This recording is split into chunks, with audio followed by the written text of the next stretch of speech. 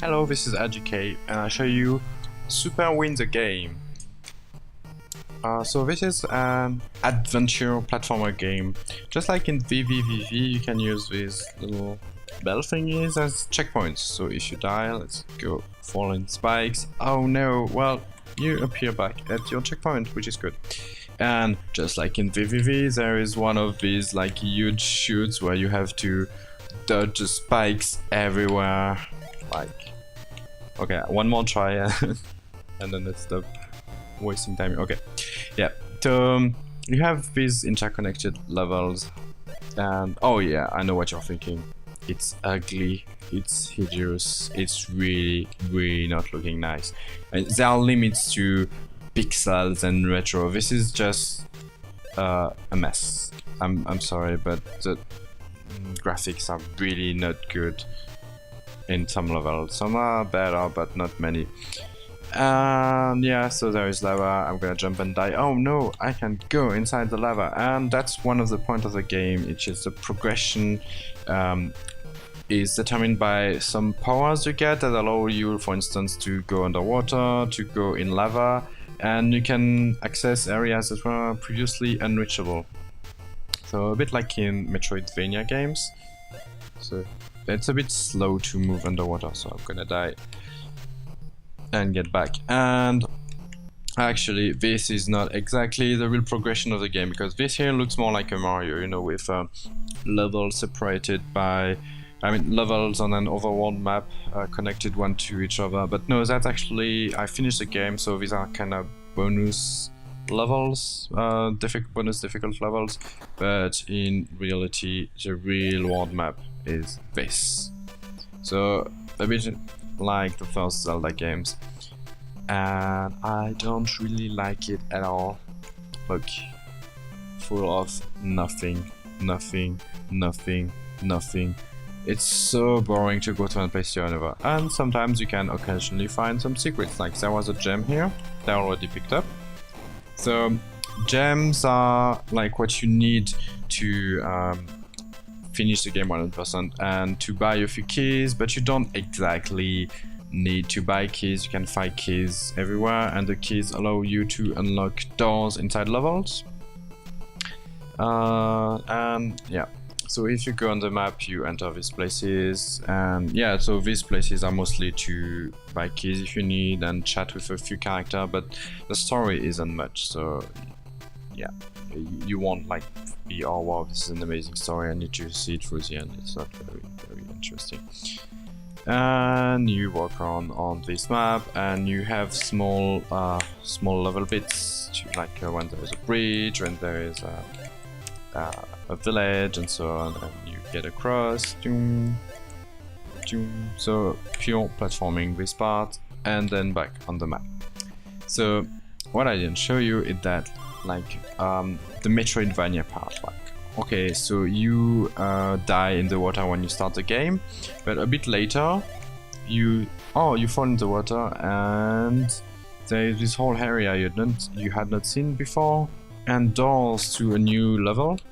And like this level has many doors that come from different places with water.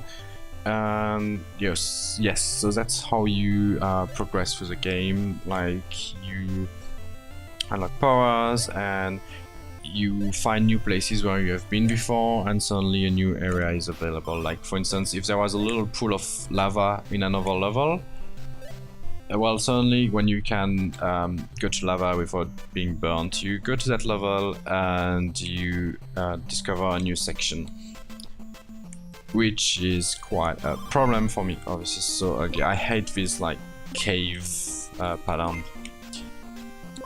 So it's a problem for me, the progression. I'll talk about this again. So there is a secret at the back, sky pillars. So let's go to sky pillars. As you can see here, so when you start a game, you can just do one basic jump. It's pretty easy, but then you can double jump, which is pretty neat, and you can wall jump. And this is awesome. The controls of these games are amazing. Like, if you play Mario, you'll feel that there is kind of inertia to your character, and it feels like Mario feels a bit heavy, and or Mario will slide a bit, all these kind of things, and you have to learn to control Mario to get better at Mario games. But here the character just does exactly what you ask him to, like very precise control, and this is amazing. This is one of the best platformer that I've ever played in terms of feelings, because you have the wall jump, double jump, and it's just so nice to play. I love the controlling this character.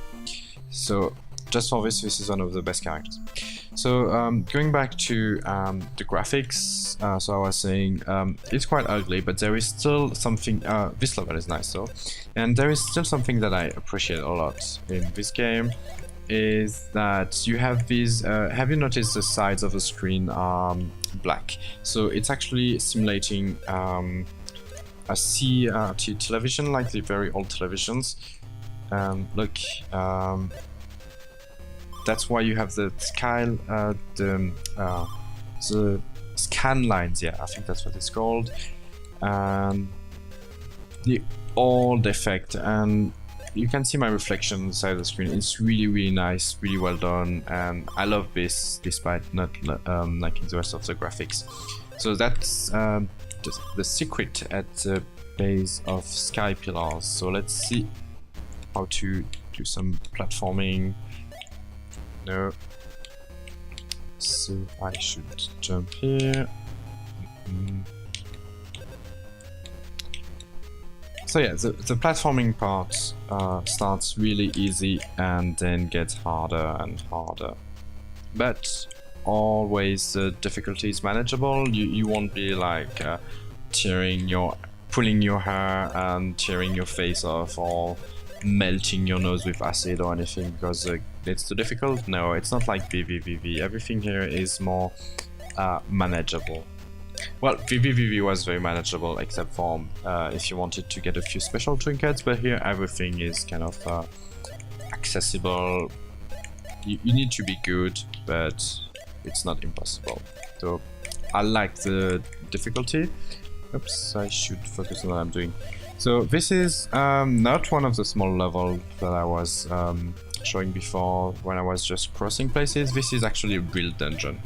And this is my favorite one because it looks so much nicer. So as you can see here, there was an enemy, but the enemy is not following me or anything. It's just it just has a specific pattern. I cannot kill it, and it will just throw some little bullets, or sometimes some enemies just walk around like precise pattern and don't hurt. So this is where I was supposed to get the wall jump ability, and yeah, so it's pure platforming, no killing, no guns or swords or anything.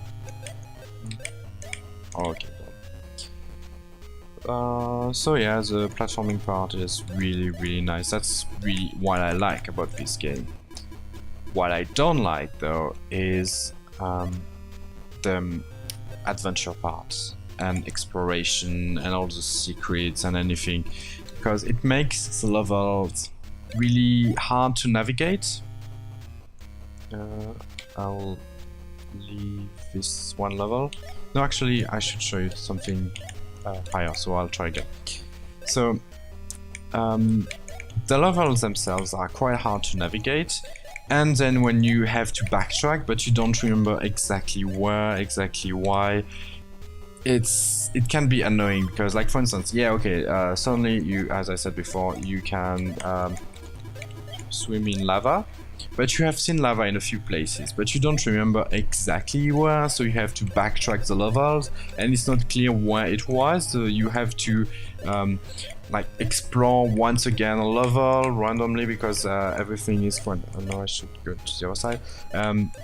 Because you don't exactly remember the geography of each map, of course.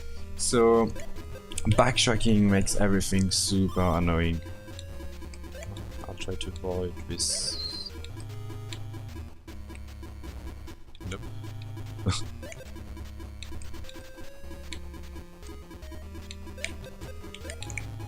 Almost.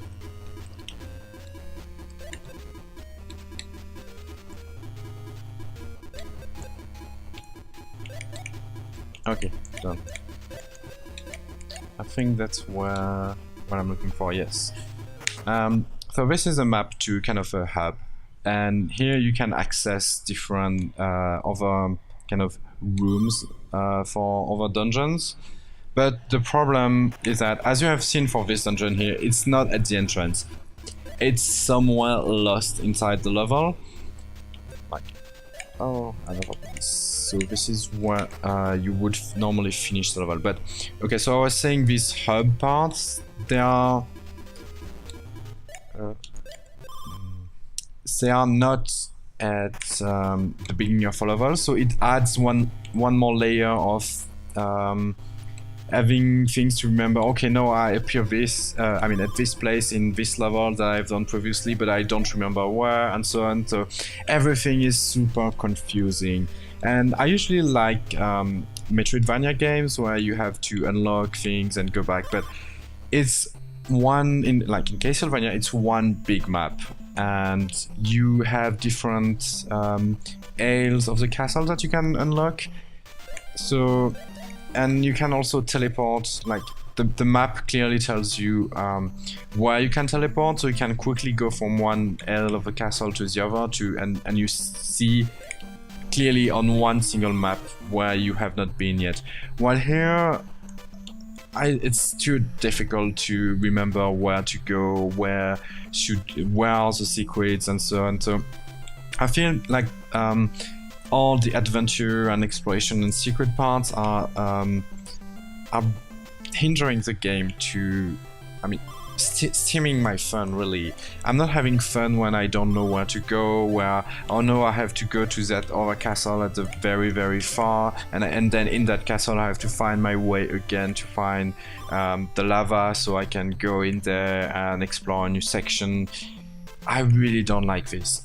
I would have preferred one single map, which was the case of You Have to Win the Game, which was from the same developer, like previous games similar to this one, except one big dungeon with only one annoying secret to find, but everything else was great. While this one, I'm sorry, but I really can't like it, because I almost finished 100%, but I can't like it because all the backtracking and having to go to so many places. I would have preferred one big dungeon with teleporters, or little self-contained dungeon, but really easy to go from one to the other.